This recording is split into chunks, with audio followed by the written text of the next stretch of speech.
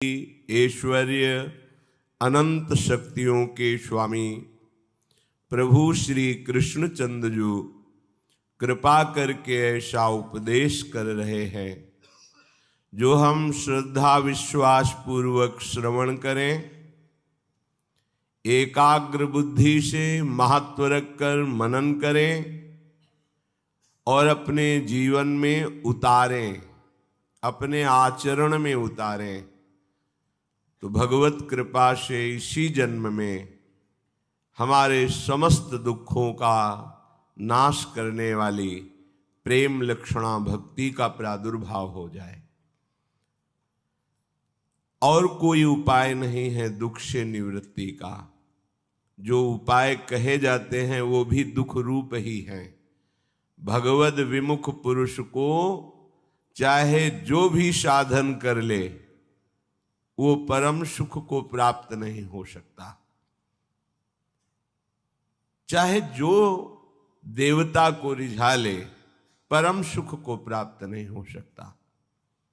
यदि भगवद विमुख है तो हर वरदान उसके नाश का कारण बन जाएगा, और भगवत सन्मुख है तो शाप भी महावरदान बन जाएगा। काकभूषुंड जी महाराज भगवान के प्रेमी जन हैं। लोमस जी ने शाप दे दिया, जा काक हो जा। ओ क्या फर्क पड़ा? अपार भगवान की भक्ति में डूबे हुए आज भी विराजमान है। सूर्य भगवान को रिझाकर स्यमंतक मणि प्राप्त की, लेकिन श्री कृष्ण की विमुखता उनके हृदय में थी। क्या दशा हुई श्रीमद् भागवत में देख लीजिए। वो भी मारे गए, उनके भाई भी मारे गए। अगर हम प्रभु से विमुख हैं तो कोई तपस्या, कोई तीर्थ स्नान, कोई पवित्र शुभ कार्य ये हमारा मंगल नहीं कर सकते। और अगर हम प्रभु श्री हरि के चरण आश्रित हैं तो किसी की भी सामर्थ्य नहीं कि हमारा नाश कर सके, हमें विपत्ति में फंसा सके। किसी मंत्र में, तंत्र में, भूत में, प्रेत में या अन्य किसी में सामर्थ्य नहीं, क्योंकि प्रभु समस्त ईश्वरों के ईश्वर हैं। ये भ्रमात्मक माया का ऐसा जाल फैला हुआ है कि हमें सत्य लगता है संसार, सत्य लगता है शरीर, और सत्य लगते हैं इसके भोगे जाने वाले भोग।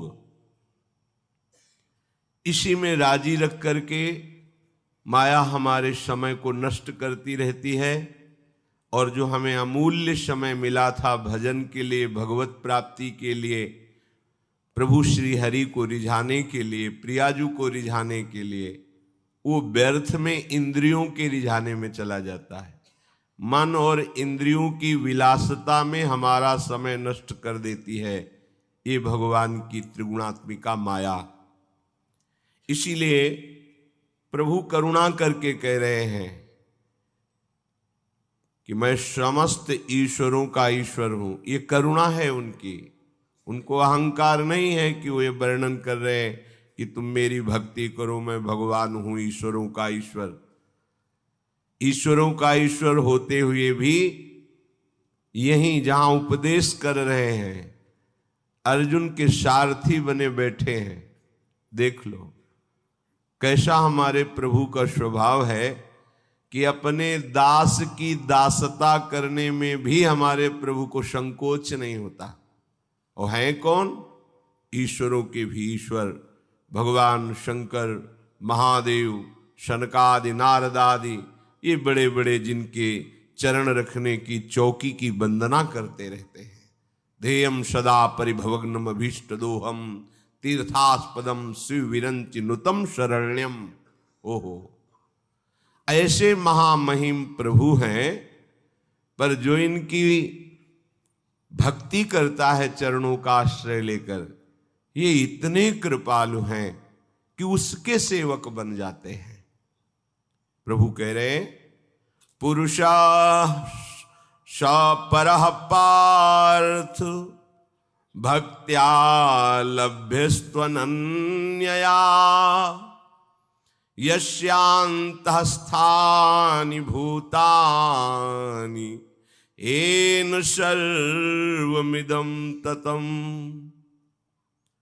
विराट स्वरूप से भगवान सबको अपने गोद में लिए हुए हैं और सूक्ष्म रूप से भगवान सबके हृदय में विराजमान, चाहे वो चींटी ही क्यों न हो।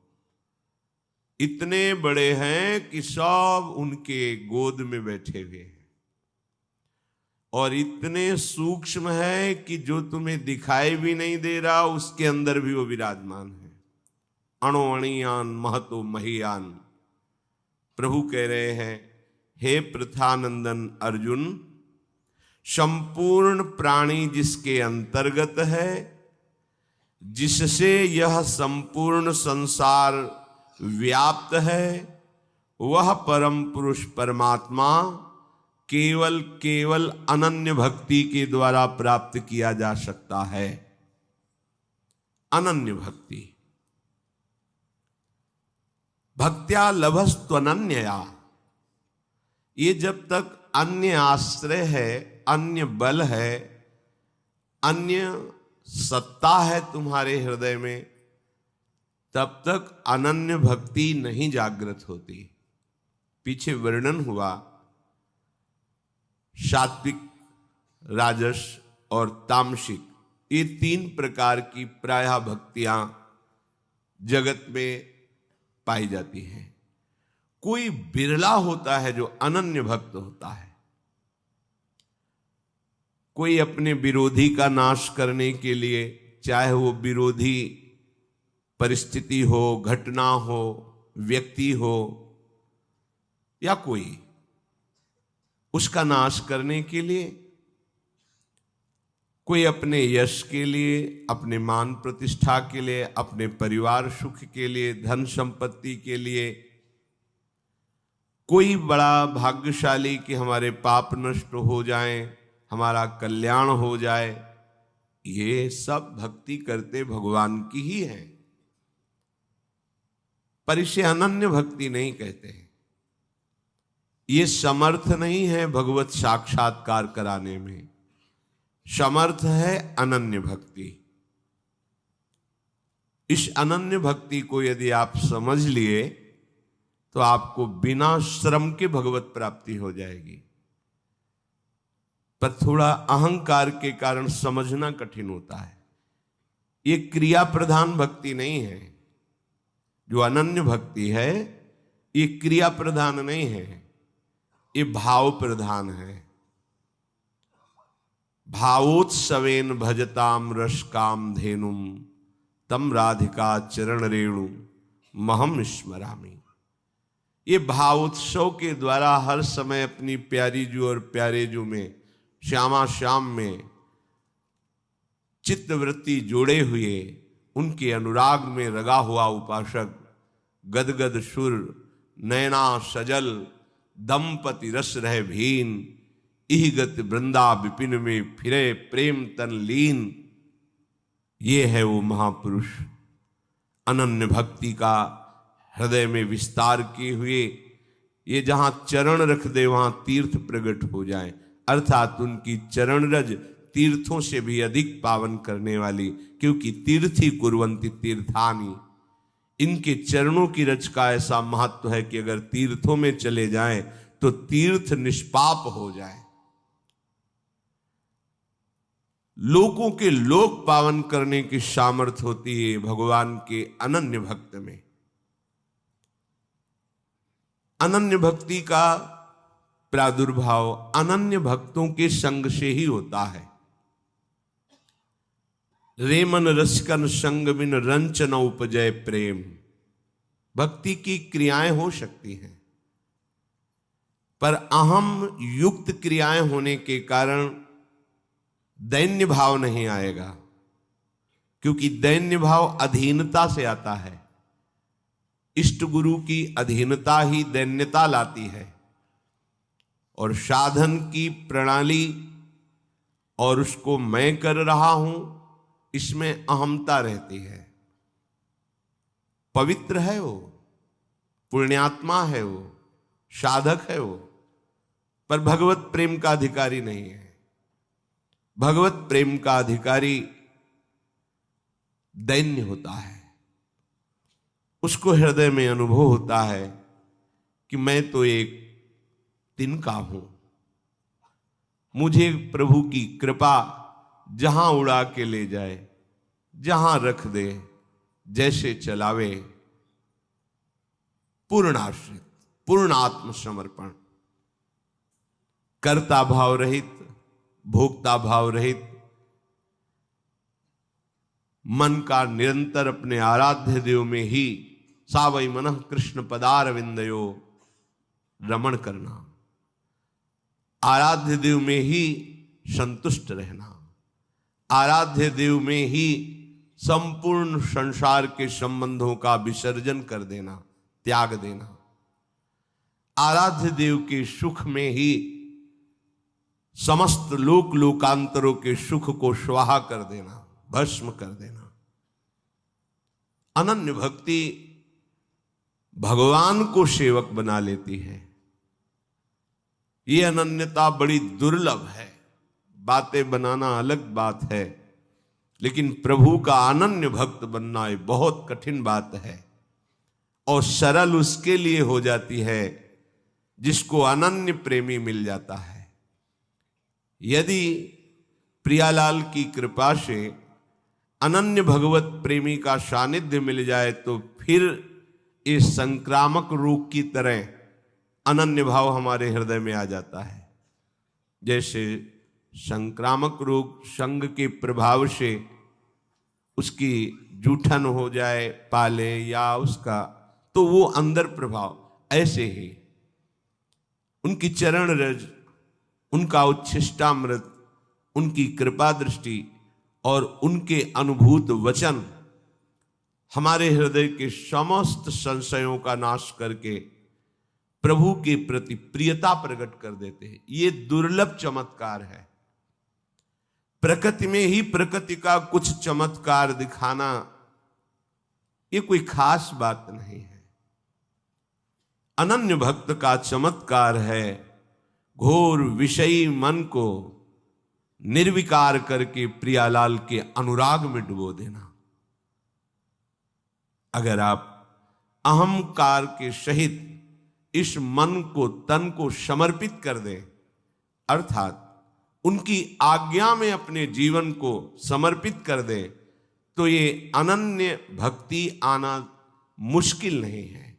अन्यथा अन्य साधनों से तो बड़ी कठिन है। प्रियालाल की विशुद्ध कृपा जब होती है तब भगवत प्रेमी महात्माओं का संग मिलता है।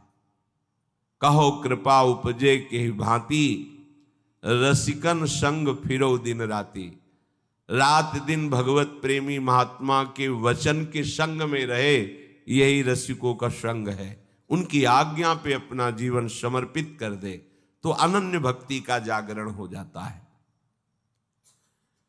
प्रभु स्वयं कपिल देव जी के रूप में प्रकट होकर माता देहूती के प्रश्न करने पर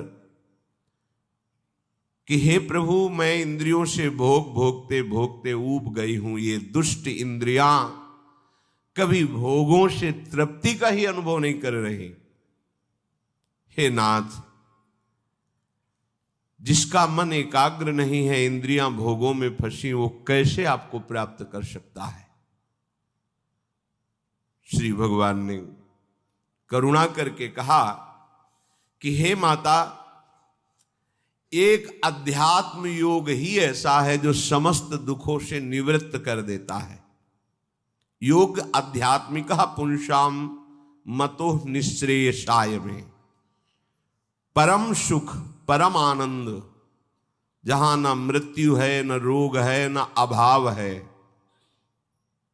जो हम सुख चाहते हैं, तो जहां सुख नहीं है वहां ढूंढ रहे हैं, इसीलिए आज तक नहीं मिला, सब अशांत है।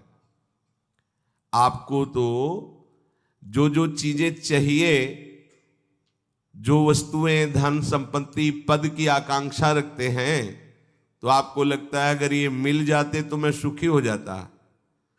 अपने को ऐसे बहुत मिले हैं जिनके पास आप चाह रहे हैं, उनकी बहुत मात्रा में संग्रह किया हुआ है, बहुत अधिकारिता है, बड़ा पद है, खूब ऐश्वर्य है, जगत में उनका नाम है, सम्मान है, पर हृदय जल रहा है, हृदय अशांत है। क्यों? क्योंकि जहां शांति प्राप्त होती है वहां उनका संबंध ही नहीं है। अशांतस्य कुतः सुखम, जिसका चित्त अशांत है उसे सुख कैसा? ब्रह्म। कुछ वर्ष की आयु, शरीर समाप्त हुआ, न पद रह गया, न संपत्ति रह गई, न नाम रह गया, न व्यवहार रह गया, न परिवार रह गया, अकेले अपने कर्मों की पोटरी बांध करके फिर नया जन्म, फिर वही पढ़ाई लिखाई, दुनिया का प्रपंच। नहीं तो अन्य योनियों में कीड़ा मकोड़ा, पशु पक्षी। विश्राम कहां है? अध्यात्म योग में। श्री भगवान कह रहे निश्रेयसाय, मतलब दुखों का आत्यंतिक नाश, दुख का लेस नहीं जहां। अब अपने तो दुखालय में रह रहे हैं तो सुख को इसी में ढूंढ रहे हैं, तो हम समझते हैं कि अरबों खरबों रुपया मिल जाए, सुंदर सुंदर भोग सामग्री मिल जाए, मैं सुखी हो जाऊंगा। ऐसे अभी इसी भूमंडल पे हैं जिनको खुद पता नहीं कि मेरे पास कितनी धनराशि है, रोज नए नए भोग भोगते हैं, पर नींद नहीं आती, नींद की दवा लेना पड़ता है। मानसिकता बिगड़ी हुई है, विक्षिप्त है, हृदय जल रहा है, हर समय भयभीत है, कहीं ऐसा ना हो जाए, कहीं ऐसा। सुख विनिश्चितम बदामि तेन अन्यथा वचांस में, गोस्वामी जी कहते हैं मैं सत्य कह रहा हूं, मेरी बात अन्यथा नहीं। जब तक तुम हरि भजन नहीं करोगे तब तक तुम्हें त्रिकाल में, त्रिभुवन में कहीं भी शांति नहीं। छूटवे के जतन विशेष बांधे जाएगो, वह विष भोजन जो सुधा सानी खाएगो। अगर अमृत भी खाएगा तो विष बन जाएगा। हरि विमुखता में तुझे कहीं शांति नहीं मिलेगी। अगर हरि के सन्मुख हो तो विष भी अमृत हो जाए। गरल सुधा रिपु करहि मिताई, गोपद सिंधु अनल शीतला। आग शीतल चंदन की तरह हो जाएगी। समुद्र जो अथाह अगाध है वो गाय के खुर के गड्ढे के समान हो जाएगा। विष अमृत बन जाएगा। दुश्मन सब मित्र बन जाएंगे यदि हरि की कृपा हो जाए तो ये हरि के चरणों का आश्रय ही आत्यंतिक सुख का स्वरूप है। ये कैसे प्राप्त होता है? तो श्री भगवान कहते हैं कि मन ही बंधन और मोक्ष का कारण है। चेता खलवश्य बंधाय मुक्तये चात्मनो मतम। ये तुम्हारा जो चित्त है, जो मन है, यही तुम्हारे बंधन का कारण है। ये जब किसी विषय का चिंतन करता है भोग भावना से, किसी व्यक्ति का चिंतन करता है राग या द्वेष से, तो ये बंधन का कारण बन जाता है। अगले जन्म की ये पूरी तैयारी करा देता है। नाना प्रकार के भ्रमात्मक दुख सुखों में फंसा देता है। और जब यही मन प्रभु का चिंतन करने लगता है, प्रभु के नाम का, प्रभु के रूप का, प्रभु की लीलाओं का, प्रभु के गुणों का, प्रभु के भक्तों का, तो यही मोक्ष का खुला हुआ द्वार हो जाता है। यही मन, जब मन किसी व्यक्ति को भगवत भाव से, किसी भोगों को प्रभु की सेवा में अर्पित करने के लिए, यही मोक्ष का कारण बन जाता है। और जब किसी भोगों को स्वयं भोगने के लिए और किसी व्यक्ति को राग द्वेष से, यही बंधन का कारण स्पष्ट। इसीलिए भगवान बहुत जोर देते हैं अनन्य चिंतन पर। तुम्हारा चिंतन भगवत भाव से निरंतर चलता रहे तो जितनी श्वासें हैं वो प्रभु को अर्पित कर देने का फल होगा, प्रभु के समीप पहुंच जाना। ये तो बहुत कठिन है। मन को संसार के चिंतन से हटा करके प्रभु के चिंतन में लगाना, ये तो बहुत कठिन है। क्योंकि हमारी आसक्ति हो गई है शरीर में, शरीर संबंधियों में, भोगों में, पद प्रतिष्ठा में। बड़ा सुख लगता है जब हमारा यश, हमारी प्रतिष्ठा, हमारा मान, हमारा ऐश्वर्य, हमारा संबंध ये बहुतायत में दिखाई देता है तो अहंकार को बड़ा सुख मिलता है। यही दुख में फंसने का मूल कारण है और संसार में यही उद्देश्य रखा जाता है। देखो ना ब्रह्म, जो हमारे दुख का मूल कारण है वही हम उद्देश्य लिए घूम रहे हैं, तो सुख कैसे मिलेगा? धतूरा बोओगे तो विषय खाने को मिलेगा ना, अमृत तो नहीं मिल जाएगा। अगर धतूरे में एक जीवन नष्ट करने की सामर्थ्य है तो मान, प्रतिष्ठा, प्रशंसा, भोग, भावना ये कई जन्म नष्ट करने की सामर्थ्य रखता है। बुद्धि हमारी भ्रमित है, इसलिए हम समझ नहीं पा रहे। विष तो एक जन्म मारता है, विषय देखो ना, जब से सृष्टि हुई आज तक मार ही तो रहा है। मरते मरते थक गए, मरना नहीं मिटा, फिर मरना पड़ेगा। अरे अब तो ऐसा मरो कि अब जन्मना न पड़े, मृत्यु महोत्सव हो जाए। तो हे प्रभु, ये आसक्ति हमारी हो गई है शरीर में, शरीर संबंधियों में, भोगों में। तो जहां हमारी आसक्ति होती वहीं हमारा मन चित्त चिंतन करता है। और आप कह रहे हैं कि अगर मन चिंतन करे निरंतर प्रभु का तो मुक्त है, जीवन मुक्त है। अभी कैसे हो सकता है ऐसा?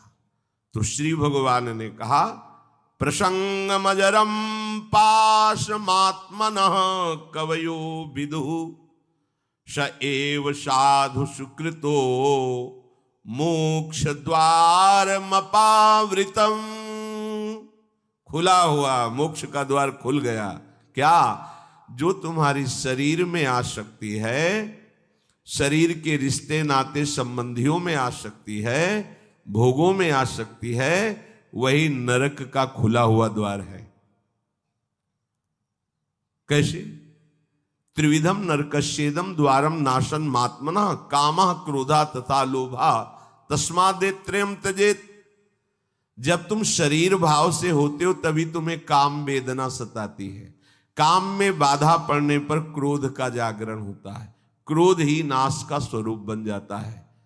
क्रोध हमारी स्मृति का नाश करता है, स्मृति से बुद्धि नष्ट हो जाती, बुद्धि नाश ही सर्वनाश हो जाता है। काम, क्रोध और लोभ ये नरक के खुले हुए द्वार है। अगर यही आसक्ति प्रभु के प्रेमी महात्मा के चरणों में हो जाए तो कह रहे हैं मोक्ष द्वारम अपावृतम, खुल गया मोक्ष का द्वार। अब बस केवल प्रवेश करना है, अर्थात उनकी आज्ञा का पालन करना है। जो आसक्ति शरीर में, भोगों में, संबंधियों में है, यदि वो श्री भगवान के प्रेमी महात्मा सदगुरुदेव के चरणों में हो जाए तो मोक्ष का खुला हुआ द्वार है। अब प्रभु वर्णन करते हैं कि वो महात्मा जन कैसे होते हैं, जिनके चरणों में संपूर्ण आसक्ति समर्पित की जाए और हमें भगवत प्राप्ति हो जाए।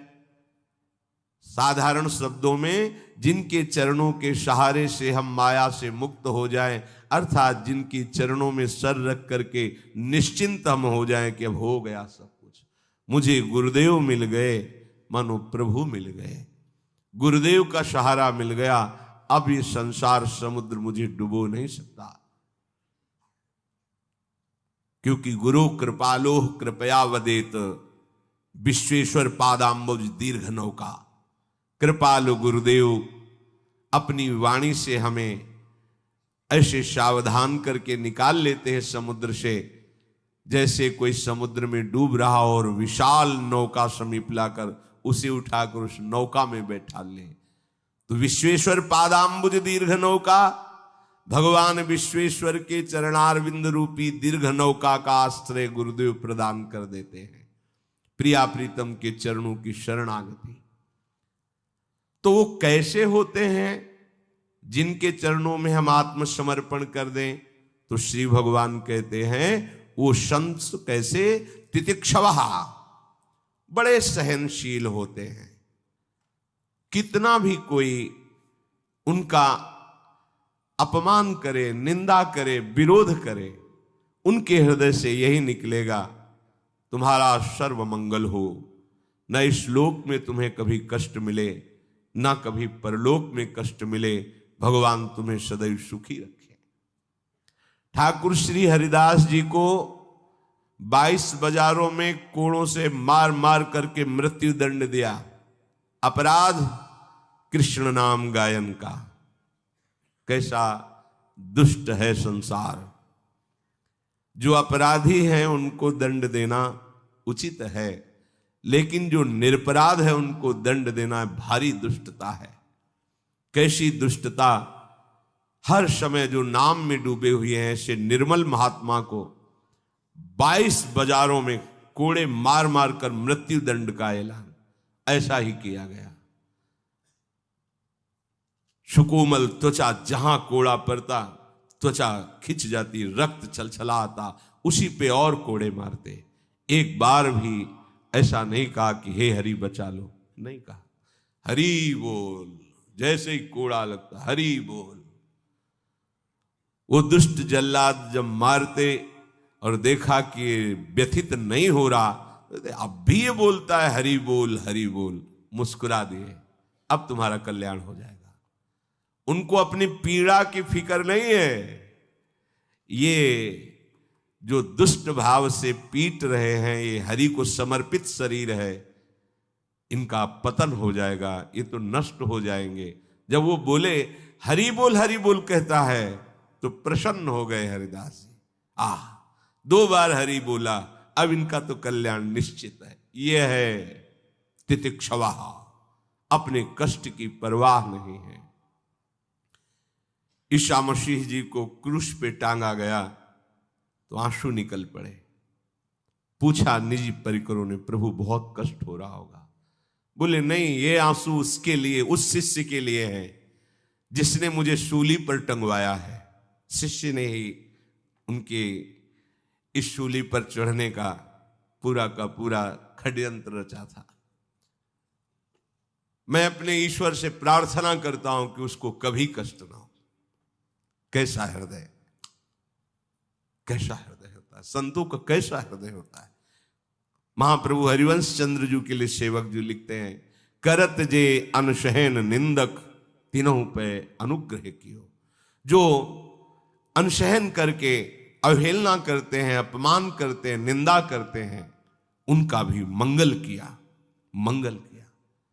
ये संत ऐसे होते हैं। संत ते होई न कारज हानि। साधु से कभी किसी का अमंगल नहीं हो सकता। वो गुस्सा होकर शाप दे दे तो भी वरदान से बढ़कर होता है। नारद जी ने शाप दे दिया नलकुबर मणिग्रीव को, क्या जा वृक्ष योनि को प्राप्त हो। कहां के वृक्ष बनाया? नंदालय के। और जो बड़े बड़े मुनियों के ध्यान में भी बड़ी दुर्लभता से आते हैं, उन श्री कृष्ण का स्पर्श और संभाषण और दर्शन प्राप्त हुआ। यह शाप था या वरदान था? भगवान के जो प्रेमी भक्त होते हैं वो महान से महान कष्ट सहकर कष्ट देने वाले को कष्ट रहित कर देते हैं। ये त्रिभुवन में कहीं ऐसा स्वभाव नहीं पाया गया। ऐसा स्वभाव त्रिभुवन में किसी का नहीं जैसा संत का है। इसीलिए भगवान अधीन हो जाते हैं। स्वयं भगवान कहते हैं, निरपेक्षम मुनिम शांतम निर्वैरम समदर्शनम अनुब्रजाम्यहम नित्यम पुएत्यंगुरेणु भी। ये जो किसी की अपेक्षा नहीं रखते, जो सदैव मेरा ही मनन करते हैं, हर परिस्थिति में शांत रहते हैं, किसी से द्वेष नहीं करते, सब में मेरा ही भाव करके समदर्शी हैं, ऐसे महात्माओं के पीछे मैं डोलता हूं कि उनकी चरण रज मेरे ऊपर पड़ जाए और मैं पावन हो जाऊं। ये श्री भगवान के वचन। कैसी महामहिमा भगवत प्रेमी महात्माओं की।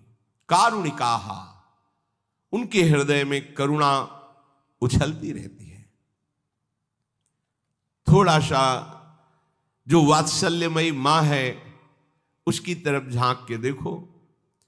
तुम भले उसे पीट दो, अपमानित कर दो, लेकिन तुम्हें ठोकर भी लगेगी तो आह उसका हृदय बोलेगा, अरे अभी पीट के गया है, पर उसको ठोकर लगेगी तो उसका हृदय लगा तो नहीं तेरे। एक वात्सल्य के अंश से समस्त ब्रह्मांडों की माताओं का हृदय रचा गया है। ऐसे वात्सल्य समुद्र प्रभु को जो रिझा लिए हैं, उन महात्माओं का हृदय कैसा होगा, अनुमान भी नहीं लगा सकते आप। कारुणिकाहा, करुणा के समुद्र होते हैं, क्योंकि करुणा समुद्र प्रभु अपने समस्त गुणों से, वैभव से युक्त होकर उनके हृदय में प्रकाशित हो जाते हैं तो सबके, पर माया का पर्दा लगाए हुए बैठे हैं। पर भगवत भक्तों के चिंतन के प्रभाव से, भजन के प्रभाव से हृदय का पर्दा हट जाता है, जो मायाकृत है, और भगवान हृदय देश में ही उनके खेलते हैं। इसलिए उनके हृदय में बहुत करुणा होती। कारुणिकाहा सुहृदा सर्वदेही नाम, संपूर्ण प्राणियों से बिना किसी स्वार्थ के उनका प्रेम होता है। सबके वो अहेतुकी मित्र होते हैं, कोई स्वार्थ नहीं, केवल तुम्हारा मंगल हो जाए, तुम सुखी हो जाओ, तुम्हें कभी दुख का मुख न देखना पड़े। जो भगवत प्रेमी महात्मा है, वास्तविक जो भगवत प्रेमी महात्मा है, उनकी एक एक चेष्टा जगत मंगल के लिए होती है। सुहृदा सर्वदेही नाम, अजात शत्रवहा, कभी उनके हृदय में किसी के प्रति शत्रु भाव नहीं होता।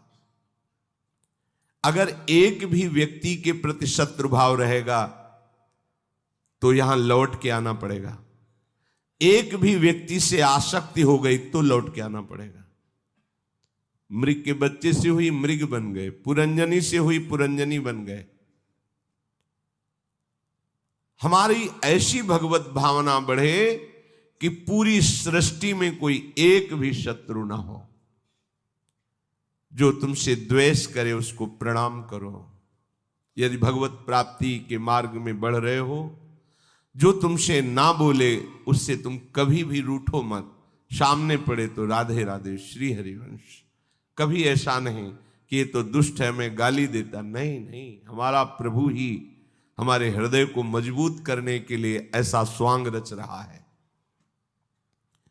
सच्ची मानना, भगवान अपने भक्त को समर्थ बनाने के लिए लीला करते हैं, वही है, कोई दुष्ट नहीं है। किसकी सामर्थ्य है कि प्रभु के पार्षद को गाली दे दे, प्रभु के पार्षद को पीट दे, प्रभु के पार्षद की अवहेलना कर दे। ये भगवान इसीलिए करवाते हैं कि तुम समर्थ बनो, द्वंद्वों को परास्त करो, ना कि द्वंद्वों से परास्त हो जाओ। तुम मेरे सेवक कहलाकर द्वंद्वों से परास्त हो जाओगे तो ठीक नहीं है। ए भगवान का भक्त, जरा सी बात में देखो विकल हो, नहीं। कोई भी भगवान का प्रेमी महात्मा ऐसा चरित्र नहीं पाया गया कि कभी किसी भी परिस्थिति में व्यथित हो गया है। नहीं, यम ही न व्यथ्यन्ते ते पुरुषम पुरुषर्षभ सम दुखा सुखाधीरम स्वमृतत्वाय कल्पते। जो सुख दुख में समान किसी भी परिस्थिति में हृदय व्यथित नहीं हुआ, हर समय राधा राधा राधा, परम पद उसके चरणों में लौटता है, वही परम पद का अधिकारी है। अजात शत्रवहा, तुम्हारा कोई एक भी शत्रु नहीं होना चाहिए, क्योंकि भगवान कहते संतों का एक भी शत्रु नहीं होता। अपना मन ही शत्रु है, कोई और बाहर शत्रु नहीं। जब तक आप अपने मन को प्रभु के चरणों में नहीं लगाते, तब तक ये जाल फैलाता रहता है। एक को मित्र बनाएगा, एक को शत्रु बना लेगा, एक में राग कर लेगा, एक में द्वेष कर लेगा, और हमारे नए जन्म की व्यवस्था कर देगा। ये मन ही हमारा शत्रु है जब तक वश में नहीं होता। ये मन ही हमारी दुर्गति का कारण है जब तक ये प्रभु में नहीं लगता। प्रभु में लग जाए, वश में हो जाए, तो इससे बड़ा कोई मित्र नहीं। मन ही श्री कृष्णाकार होकर भगवत साक्षात्कार करा देता है। अजात शत्रव, कोई भी एक हमारे द्वेष का पात्र न हो। अद्वेष्टा सर्वभूतानाम, समस्त भूतों में द्वेष रहित, दोष बुद्धि रहित हमारे हृदय की स्थिति होनी चाहिए। क्योंकि संतों की ऐसी होती है। शांताहा, किसी भी परिस्थिति में कोई तुम्हें अशांत न कर पावे, ना अंदर की वृत्ति ना बाहर का व्यक्ति। ऐसी शांति तभी मिलेगी जब चित्त प्रियाजू के चरणों के चिंतन में होगा, उनके नाम के चिंतन में होगा, क्योंकि भगवत प्रेमी महात्मा शांत रहते हैं। शांताहा साधवा साधुभूषण, ऐसे जो सरल स्वभाव के संत जन होते हैं वो मुझ में सुदृढ़ प्रेम वाले होते हैं। मयि अनन्येन भावेन भक्तिम कुर्वन्ति ये दृढ़ाम मत्कृते त्यक्त कर्माणस त्यक्त स्वजन बांधवाः। वो मेरे में अनन्य भक्ति करते हैं। कौन? जो तितिक्षवः कारुणिकाः सुहृदा सर्वदेहिनाम अजात शत्रवः शांताः साधवः साधुभूषणाः। आप राग द्वेष में विचरेंगे, निंदा स्तुति करेंगे, मान अपमान में सुखी दुखी होंगे तो अनन्य भक्ति कब धारण करेंगे? अपने को केवल लक्ष्य पर दृष्टि रखनी है। वही सच्चा निशानेबाज है जो केवल लक्ष्य पर दृष्टि रखता है। द्रोणाचार्य जी ने कौरवों पांडवों को धनुर्विद्या की शिक्षा दी। परीक्षा के लिए एक वृक्ष में चिड़िया टांगी और कहा इसकी आंख पर निशाना लगाना है। जो धनुष उठाता और तीर संधान करता, पूछते क्या दिखाई दे रहा है? बोले वृक्ष, डाल, चिड़िया। बोले रख दो धनुष। साफ। युधिष्ठिर जी से भी पूछा तो उन्होंने कहा चिड़िया दिखाई दे रही है, फिर आंख दिखाई, रख दो। अर्जुन से कहा क्या दिखाई दे रहा है? बोले गुरुदेव केवल आंख। बोले वेद दे। बस लक्ष्य दिखाई देना चाहिए, तो कुछ भी आपको, कोई भी आपको, कहीं भी आपको परास्त नहीं कर सकता।